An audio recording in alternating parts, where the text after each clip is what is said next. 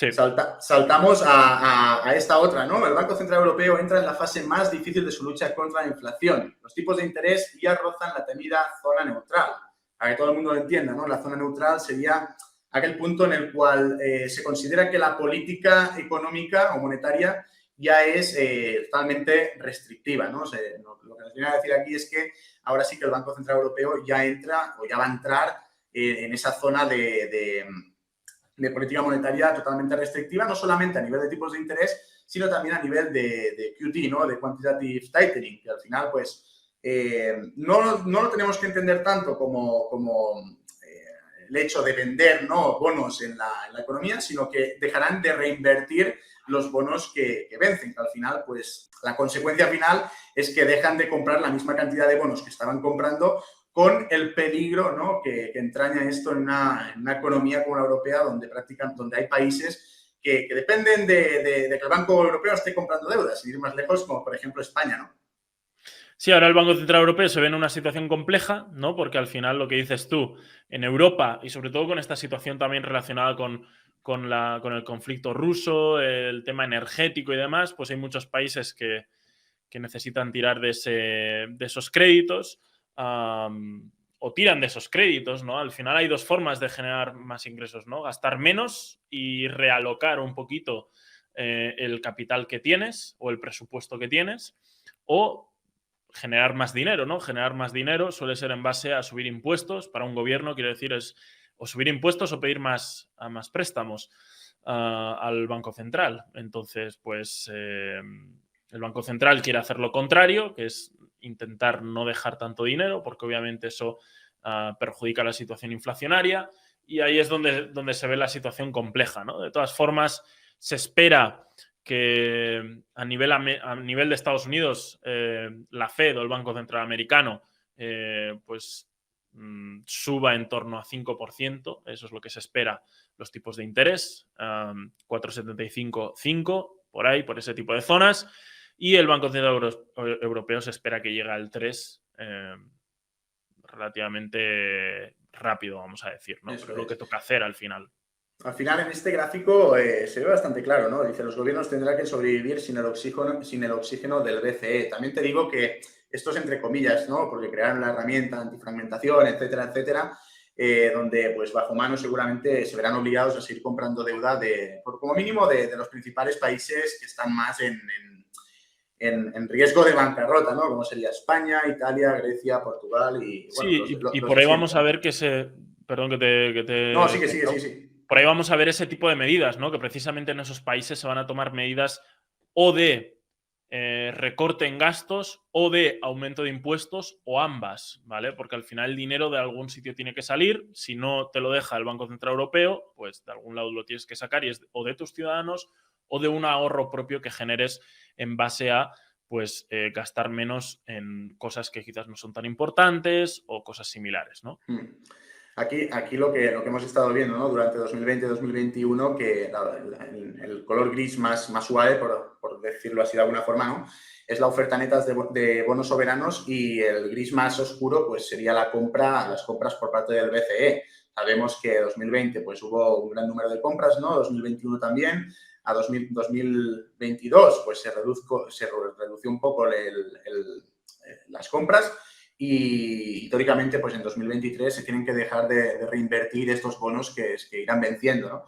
Pero claro, al final, si la oferta sigue siendo alta, ¿no?, y encima pues se dejan de reinvertir los bonos que van venciendo, esto tiene una consecuencia directa, que es que los tipos de interés y los rendimientos y las primas de riesgo pues se disparan. No Sí, lo luego recuerdo tenemos bien, el entonces, caso también de Gran Bretaña, ¿no? Donde por ahí hubo ejemplo, un sustito un poquito más grande, eso es. y fue una situación bastante similar. Pero bueno, vemos que varios países, o aquí en España, la gente que está viendo esto, ¿no?, ya vemos por dónde van los tiros. Y en el caso de España está claro que los tiros van por subidas de impuestos, pues lo que hemos comentado, los autónomos les van a subir a las cuotas de autónomos, a los tipos van a empezar a subir, se generan nuevos tipos de impuestos. Al final, ya vemos al menos aquí en este país por dónde van a ir los tiros. Eso es. Saltamos a otra noticia, Óscar. Los inversores institucionales ven inevitable una recesión, pero temen la estanflación. Recordemos, estanflación, esa situación en la que, habiendo inflación, no hay crecimiento económico, o incluso hay crecimiento económico. Hemos hablado bastante, la verdad, sobre la situación en 2023. Ya sabes que tengo una opinión bastante negativa, por lo menos de cara a la primera mitad del año, ¿no? Yo creo que 2023, segundo trimestre, perdón, tiene que ser malo. Tiene que ser malo porque tiene que venir la resaca de las subidas de tipos. O sea, veremos el día 13, día 14, por dónde van los tiros un poco, ¿no? Cuando la Fed, pues, según la inflación que salga del día 13, tomará una decisión u otra en relación a los tipos el día 14 de diciembre. Veremos si es el punto de pivote o no, pero a pesar de esto, ni que la inflación veamos pues, que va hacia abajo, que al final pues, es lógico por una cuestión de cómo se realiza el cálculo y también pues, por una cuestión del impacto que han tenido las políticas monetarias restrictivas del Banco Central.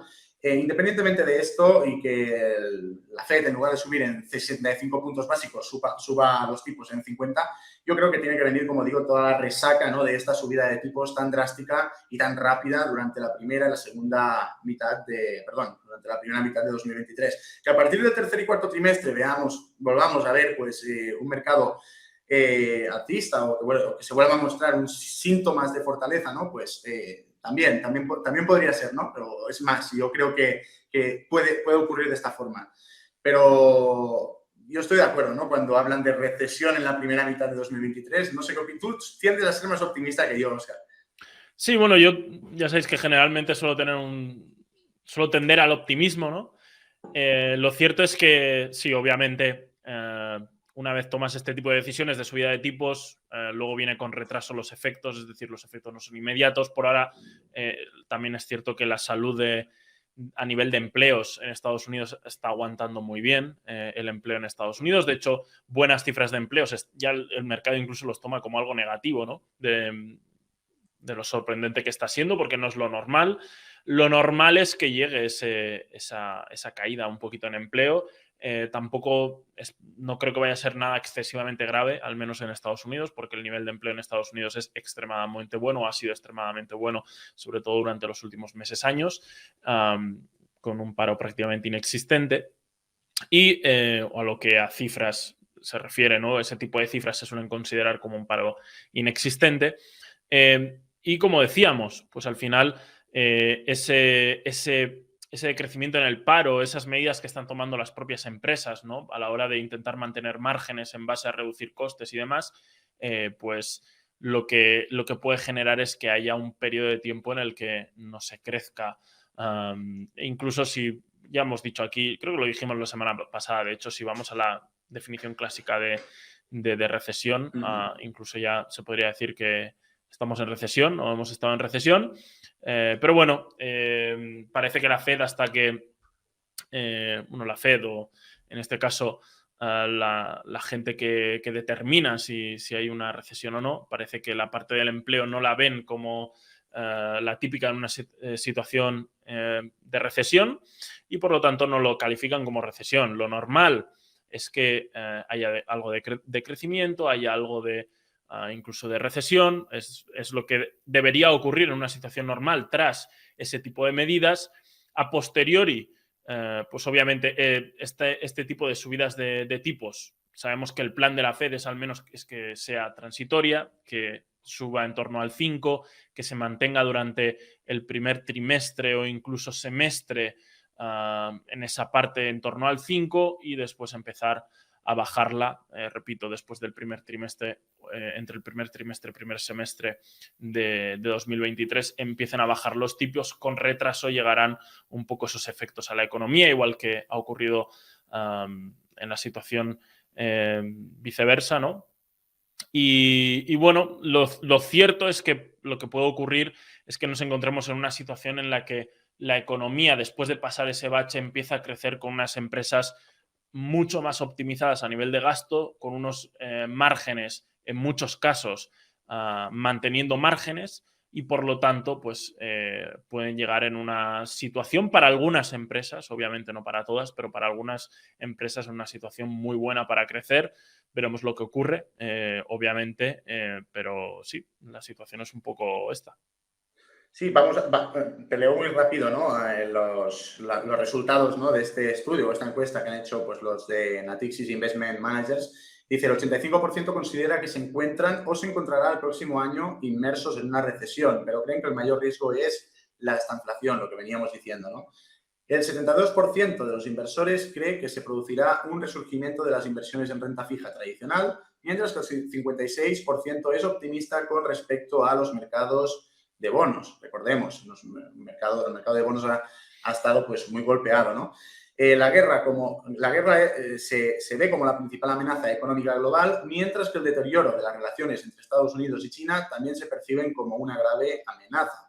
Yo aquí añadiría el deterioro de las relaciones entre Estados Unidos y medio mundo, porque esta semana también vimos que Macron también le tiraba de las orejas, ¿no?, a Biden, entre comillas, porque al final en Europa sigue siendo el perro faldero, ¿no?, de Estados Unidos. Sí, Europa está ahí en mitad de todo el jaleo. Sí, Europa es como aquel niño al que el grupo de amigos siempre le hacía ir a liarla, ¿no? Y el niño, ¿no? El más tontito de todos, pues iba, la liaba y le pillaban a él, ¿no? Pues yo Europa lo veo un poco así, ¿no? Y aquí algo que me llama la atención es que la reflexión final, a ver, aquí mira, lo más probable es que los inversores institucionales, dentro de la renta variable, incrementen sus asignaciones a la renta variable estadounidense, seguida por la renta variable de Asia-Pacífico y de mercados emergentes. ¿Por qué te digo esto? Pues porque yo estos últimos días, ¿no?, y comentándolo con algún inversor profesional, ¿no?, gestor de fondos y tal, que a un colega, le comentaba el tema de la inversión en China. O sea, porque me llama la atención. O sea, las acciones chinas, tío, vienen pegándose unos castañazos increíbles. Yo porque, o sea, tengo que ser humilde, ¿no? Y no voy a invertir en acciones chinas porque desconozco el mercado, desconozco el sector, no me llama, me da un poco de miedo, ¿no?, el tema de las regulaciones, el tema de que, bueno, pues que ya sabemos quién gestiona, ¿no? O quién tiene una alta, ¿cómo te lo diría?, ¿no? ¿Quién manda en China, ¿no? Sabemos todos que el Partido Comunista pues tiene una influencia muy grande, y entonces a la hora de invertir en mercados asiáticos, como podría ser el chino, sí que es verdad que por esta parte regulatoria pues me echa un poco para atrás, pero China lleva mucho tiempo pegándose leñazos en bolsa y alguna compañía buena tendrá que haber, ¿no? Entonces, sí que es verdad que me ha estado picando últimamente, ¿no?, pues el gusanillo de indagar un poco más en China y de intentar pues ver o encontrar pues estudiar un poco mejor, ¿no?, los sectores, las empresas, etcétera. No sé si tú tienes exposición a China, creo que no, pero si te lo has planteado al menos. No, al final la dificultad que tiene el mercado chino son dos. Uno es el que has comentado, ¿no? La parte, pues que bueno, que en China ya hemos visto lo que pasó con Alibaba. Al final, si haces algo que no gusta, pues te pueden echar la mano al pescuezo. Y la otra parte, la veracidad de la información. Al final es difícil encontrar información veraz sobre empresas chinas. Incluso si quieres indagar un poquito más en la empresa, ver cómo funciona y demás, pues todo está en chino, obviamente. Y por otra parte, no tiene... fijaros que en Estados Unidos alguna vez ocurren cosas, ¿no? Algunas veces, pero no tienen digamos, el nivel de... No es tan estricto como en Estados Unidos. Las cifras se pueden maquillar y luego te puedes encontrar con un pozo de peste, ¿no? Lo que pintaba como una empresa increíble, luego resulta que los números no son los que eran y tú has invertido en base a ciertas cosas que no eran verdad y te puedes encontrar con cosas raras. Entonces, siempre y cuando se haga, pues por ejemplo, utilizando empresas chinas que cotizan en Estados Unidos, que por ahí sí que para cotizar en mercados estadounidenses, pues tienes que cumplir ciertas cosas un poquito más estrictas, pues por ahí se puede hacer. Pero si no, tiene su riesgo y obviamente hay que ser conscientes de ese riesgo y hay que asumirlo a la hora de invertir en ese tipo de mercados, ¿no? Vamos, que de momento nos quedamos en Europa y en Estados Unidos, ¿no, Óscar? Por ahora sí.